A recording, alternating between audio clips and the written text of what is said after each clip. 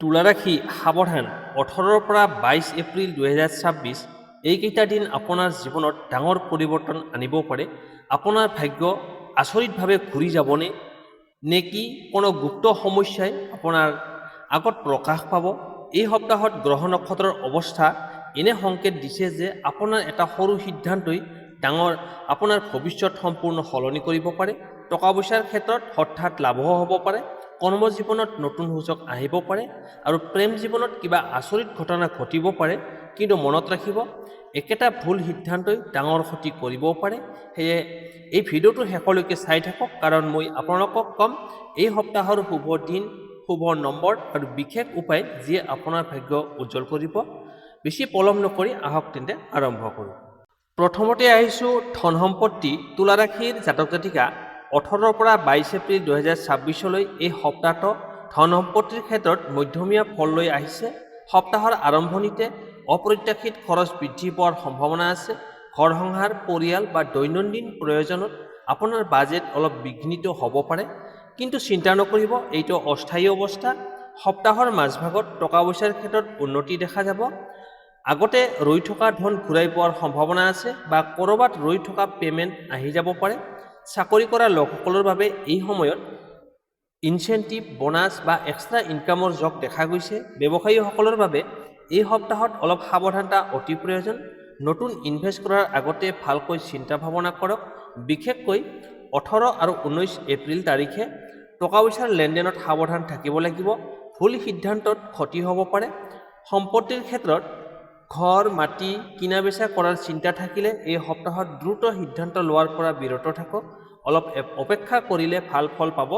সপ্তাহৰ শেষৰ ফালে নতুন উপাৰ্জনৰ পথ মুকলি হ'ব পাৰে, কিন্তু লগে লগে ডাঙৰ খৰচো আহিব পাৰে।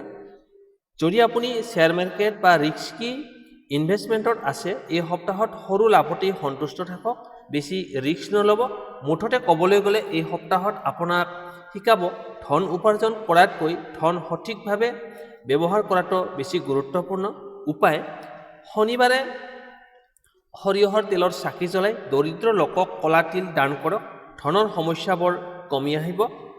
এতিয়া আহিছোঁ কৰ্মজীৱন আৰু চাকৰি। তুলা ৰাশিৰ জাতক জাতিকা 18ৰ পৰা 22 এপ্ৰিল 2026 এই সপ্তাহটো কৰ্মজীৱনৰ ক্ষেত্ৰত যথেষ্ট গুৰুত্বপূৰ্ণ হ'বলৈ গৈ আছে। সপ্তাহৰ আৰম্ভণিতে কামৰ প্ৰেছাৰ অলপ বেছি থাকিব পাৰে।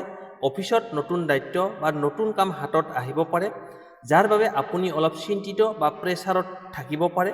কিন্তু এইটো সত্য, আপোনাৰ পৰিশ্ৰম লক্ষ্য কৰা হ'ব।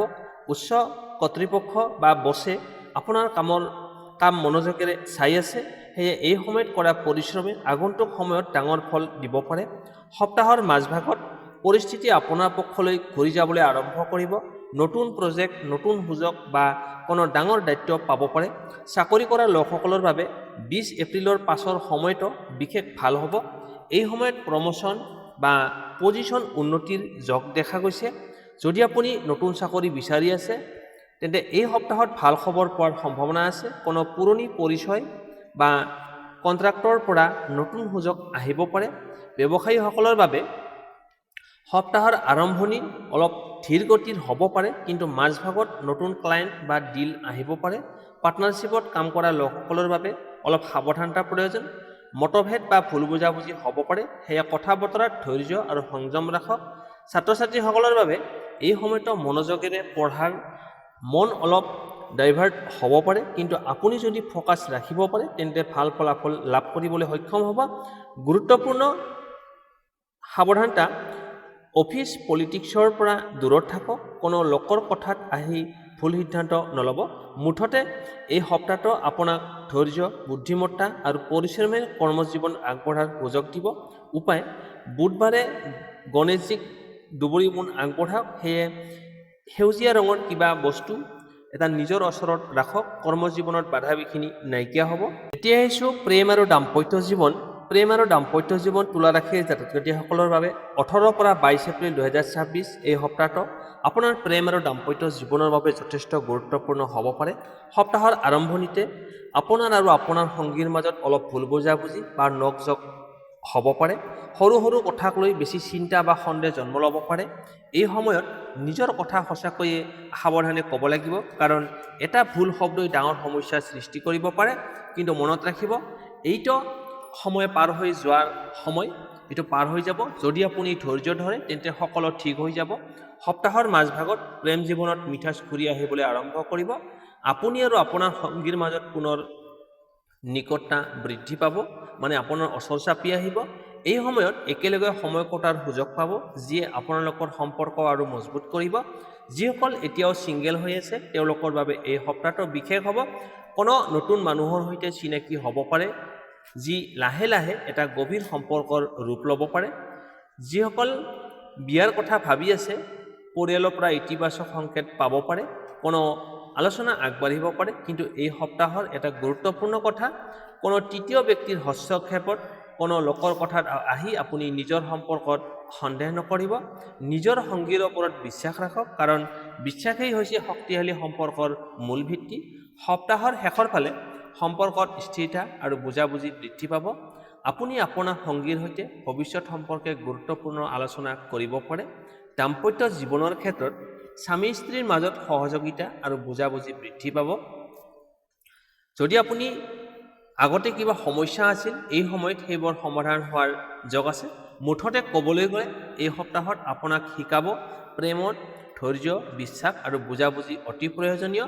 উপায়: শুক্ৰবাৰে লক্ষ্মী দেৱীক বগা ফুল আগবঢ়াওক আৰু নিজৰ সম্পৰ্কৰ সুখ শান্তিৰ বিষয়ে প্ৰাৰ্থনা কৰক।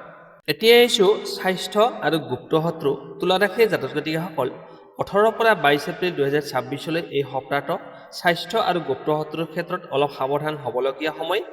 এই সপ্তাহৰ আৰম্ভণিতে আপুনি অলপ ভাগৰুৱা, দুৰ্বলতা বা মানসিক চাপ অনুভৱ হ'ব পাৰে। কামৰ বেছি প্ৰেছাৰ বা চিন্তাই আপোনাক স্বাস্থ্যত প্ৰভাৱ পেলাব পাৰে। এই সময়ত পৰ্যাপ্ত পৰিমাণে টোপনি নোহোৱা আৰু অনিয়মিত আহাৰ গ্ৰহণ কৰা সমস্যাত বঢ়াব পাৰে। সেয়ে নিজৰ দৈনন্দিন জীৱনত অলপ শৃংখলা অনাটো অত্যন্ত প্ৰয়োজন।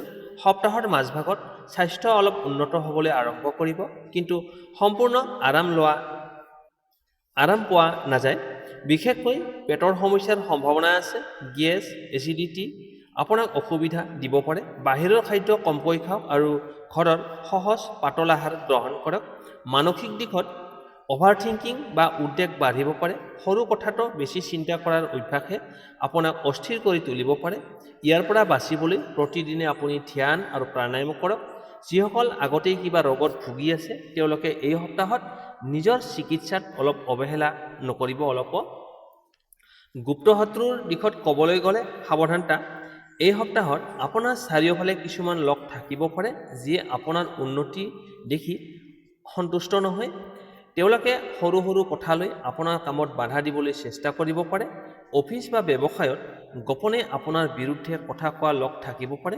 সেয়ে নিজৰ প্লেন আৰু গুৰুত্বপূৰ্ণ কথা আনৰ আগত শ্বেয়াৰ নকৰিব। নিজৰ কামত মনোযোগ ৰাখক আৰু প্ৰমাণ সহিত কাম কৰক। বন্ধু বুলিও সকলোকে সম্পূৰ্ণ বিশ্বাস নকৰিব। এই সপ্তাহত চিনাকি মানুহৰ মাজতেই গুপ্ত শত্ৰু থাকিব পাৰে। সপ্তাহৰ শেষৰ ফালে স্বাস্থ্যত উন্নতি ঘটিব আৰু গুপ্ত শত্ৰুৰ প্ৰভাৱ কমি আহিব। মুঠতে ক'বলৈ গ'লে এই সপ্তাহত আপোনাক সজাগ কৰি দিয়ে। নিজৰ স্বাস্থ্যৰ যত্ন লওক আৰু নিজৰ চাৰিওফালে মানুহ চিনাক্ত কৰক।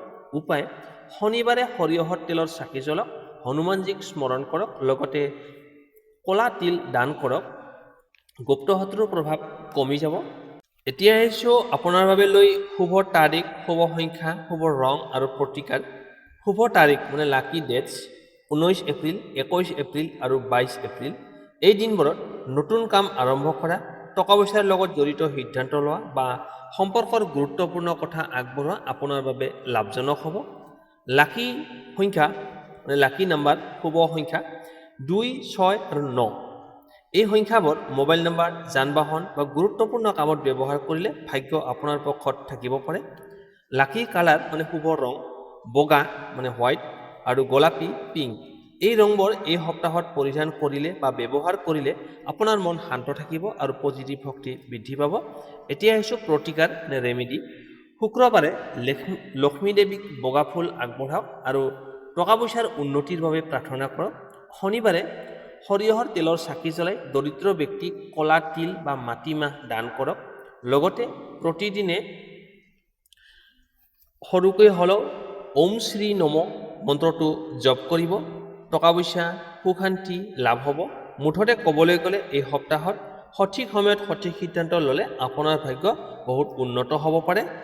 তুলা ৰাশিৰ বন্ধু বান্ধৱীসকল, এইটো আছিল 18 পৰা 22 এপ্ৰিল 2026 আপোনাৰ সম্পূৰ্ণ সাপ্তাহিক ৰাশিফল। যদি আপুনি বিচাৰে আপোনাৰ জীৱনত সুখ শান্তি আৰু সফলতা আহক, টকা পইচা, প্ৰেম জীৱন, কৰ্মজীৱন, দাম্পত্য জীৱনত উন্নতি হওক, তেন্তে এই ভিডিঅ'টো লাইক কৰক, শ্বেয়াৰ কৰক আৰু আমাৰ চেনেলটো ছাবস্ক্ৰাইব কৰিবলৈ নাপাহৰিব। কমেণ্টত লিখক জয় মা লক্ষ্মী, যাতে আপোনাৰ জীৱনত টকা পইচাৰ বৰষুণ হয় আৰু সকলো সমস্যা অতি সহজে দূৰ হয়। মনত ৰাখিব, সঠিক সময়ত সঠিক সিদ্ধান্তই আপোনালোকৰ ভাগ্য সলনি কৰিব পাৰে। আকৌ লগ পাম আন এটা নতুন ৰাশিফল ভিডিঅ'ৰ সৈতে। তেতিয়ালৈকে সুখী থাকক, সুস্থ থাকক। ধন্যবাদ।